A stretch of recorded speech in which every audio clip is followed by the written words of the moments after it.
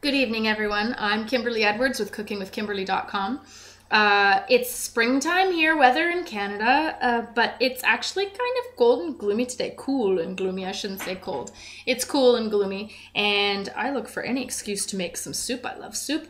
So today I'm going to make a classic family dish that we really enjoy, but a lot of people enjoy. It's green split pea soup.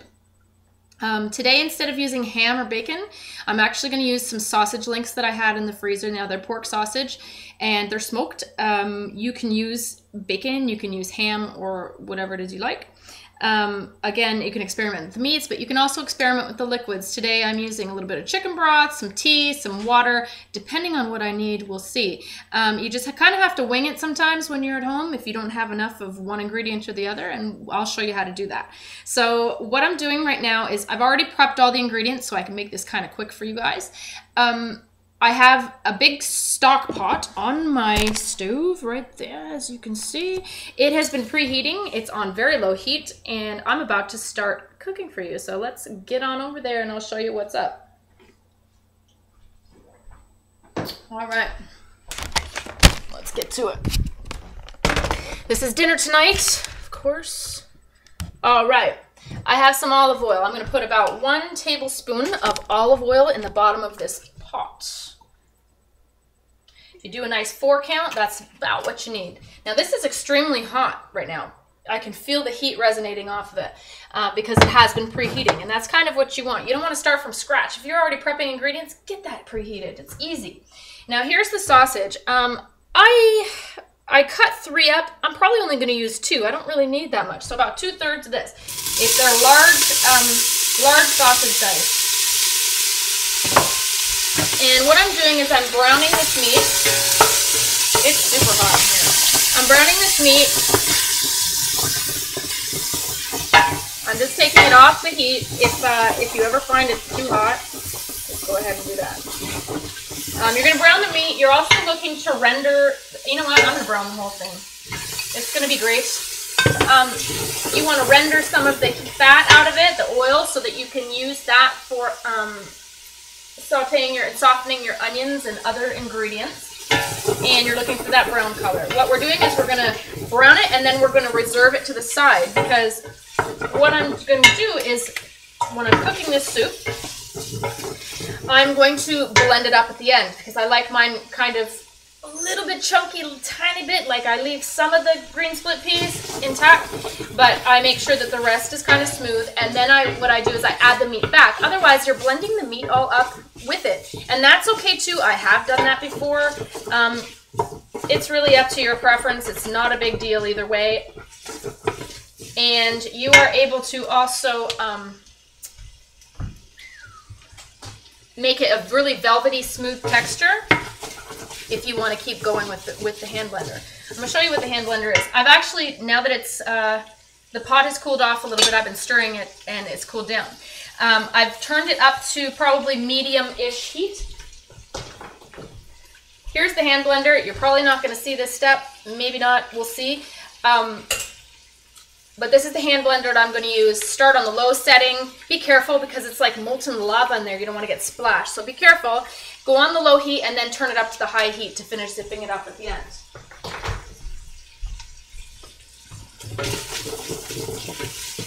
Now this meat's looking good. It smells awesome. I'm going to get rid of this bowl. Grab yourself a new bowl because it has the juices in it that you don't want. It's from the raw sausage, right? Grab yourself a new bowl so that you can reserve that to the side. And you do the same thing with bacon. You do the same thing with ham. What I've also done is I have rinsed off my split peas. I've used a bag. I'm going to show you. I think I have another bag of them. I do. I've used a bag just like this big of split peas. And I've just used a colander strainer. I've rinsed them all off in cold water. I've picked out any that look kind of funny or any weird things that you see in there. Sometimes that happens. So they're basically a little bit soaked, tiny bit, but they're rinsed off and they are prepared. This meat looks good. Don't skimp on browning the meat because browned meat is so much better than meat that is not browned. Okay. I'll also show you some of my other ingredients. I've diced up onion. That is one very large onion. You can use 1.5 if you have small ones, or 2. And I also have a video on how to properly dice onions. I'm going to leave that link in the blog post. And I've grated up some carrots. Now, you don't have to grate them up if you don't want to. I just like them because it's going to be way faster. And the grater was already out. It was just easy. You could always dice it. Try and keep them uniform shape as your onions, so that when you're cooking, things happen around the same time. This looks great. They're nice and browning. I have some brown cool stuff on the bottom. Now, don't be scared of the brown stuff sticking to the bottom. As long as it's not burning, make sure you're trying to scrape it off and move your meat around. But if it's just brown, it's not bad. It's actually really great flavor. And when you add your onions and your vegetables, they are natural deglazers. So that means when you move them around over the brown stuff, it kind of scrapes it off the bottom for you, au naturel style, and imparts a lot of great flavor. Brown meat flavor. Okay, so I've also finely minced some whole garlic cloves. There's about 4 in there, large ones. I have a bay leaf. You can buy these at your grocery store in the spice aisle. They usually come in bags, like refillable bags, or a large container because they're kind of big-ish. I'm only using 1. You could use 2 if you like. This is an ingredient that you don't want to eat. It's hard. It stays hard. You don't really want to blend that up either. Make sure you fish that out before you start blending things. Just trying to buy some time here too while I'm browning this meat properly.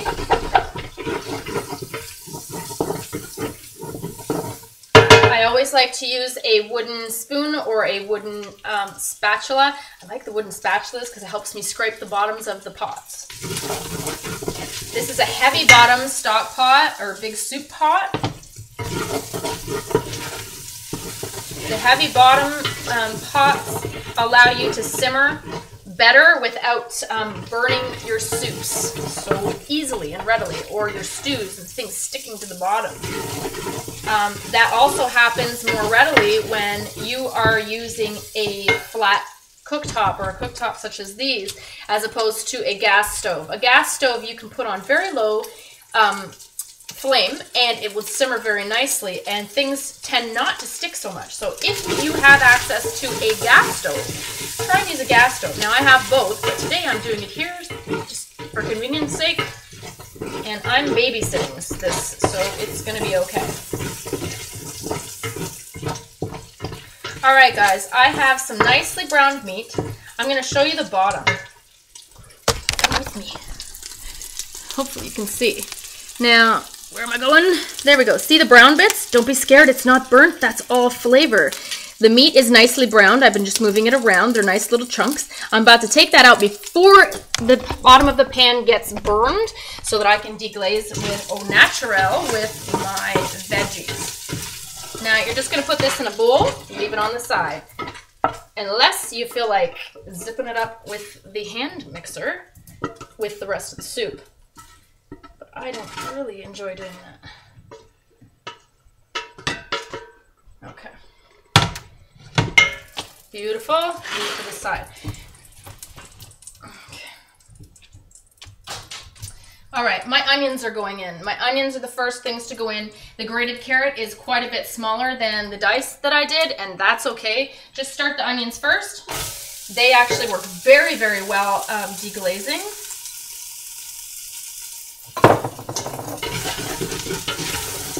I wish I could hold the laptop at the same time I'm cooking, but I can't. So I just have to explain to you what's going on. And it looks like I don't have a lot of oil in here left, which I thought I might with this sausage. I guess it's kind of a leaner sausage, and that's cool. So just add maybe another half tablespoon or a tablespoon of olive oil so that you're not dry softening these veggies. Okay.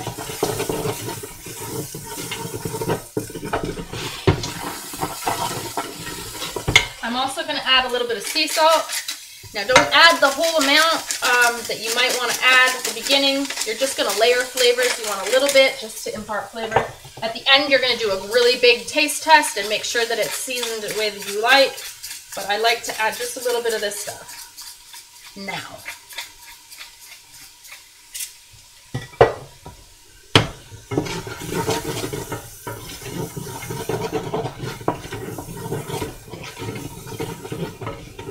If the brown bits don't seem to be coming off the bottom as easily and quickly as you'd like, and you're fearing that they may burn, which I'm at right now, I have a little bit of cooking wine.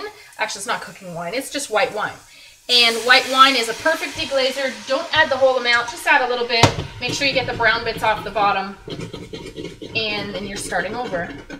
That worked perfectly. The brown bits are coming off. You want them off. Allow the liquid to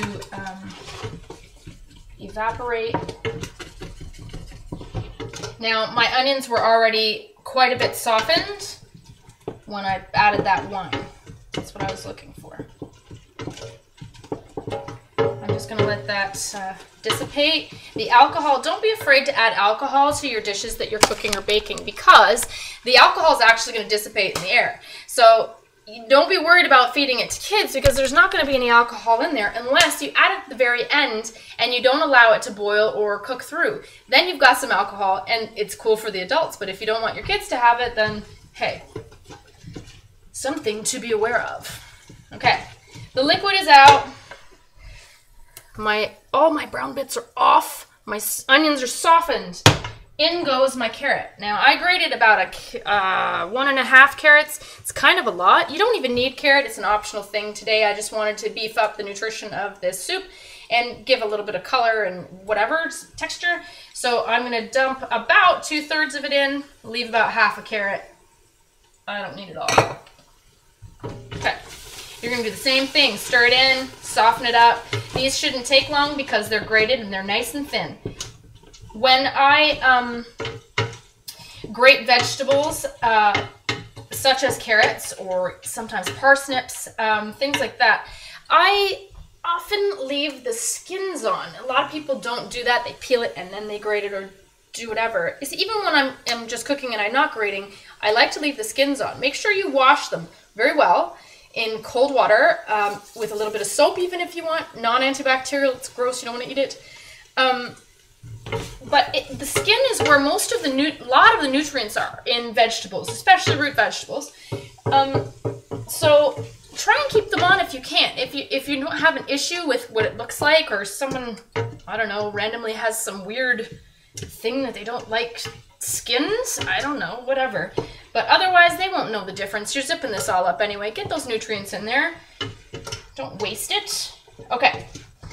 My carrots look awesome. I'm adding the garlic now. Now the garlic is finely minced, and you don't want to add it at the beginning with the onions and the carrot because it's way smaller, and garlic tends to burn, and when it burns, it's very bitter and really gross, and you pretty much have to start over. I'm also putting my bay leaf in, and I'm just going to saute that up a little while longer just to soften up the garlic. The smells are awesome, man. Okay, now today I happen to have some chicken stock left. I haven't been to the grocery store today or whatever, and I've got 3 cups of chicken stock. That's clearly not going to be enough to be able to cover an entire package of green split peas. Now my green split peas are still dry. They're not cooked. They're going to take a while, and you're not going to be able to see that, but see how much of them there are? It's going to at least double in size, I would say. So be aware with the pot that you're putting in it and the amount of green split peas you're using. Today I'm using a whole bunch of it because we really like this soup, and it'll be gone at some point. Okay, that smells awesome. Oh, it smells so good. I can smell the wine, the garlic, the onion. It's fantastic. Okay, next, what am I doing? I'm putting in my peas, right? Easy peasy. Get them all out. You can use straight up dried peas that you've just rinsed. You can use cooked peas if you like, if you get them out of a can. I don't know. I don't prefer them out of a can. Plus, they're more inexpensive in a bag bought dried. They're fast. They're really small legume, and they cook very quickly. They're very versatile. So this is kind of a quick-ish soup. If you were using larger beans, it's going to take quite a bit longer. Okay, I'm just mixing up all those ingredients. Bam. Next, I'm going to cover it with liquid. My 3 cups of chicken stock did not make a dent, and I already knew that. Okay, so here we go. I'm going to tell you exactly about how much, okay?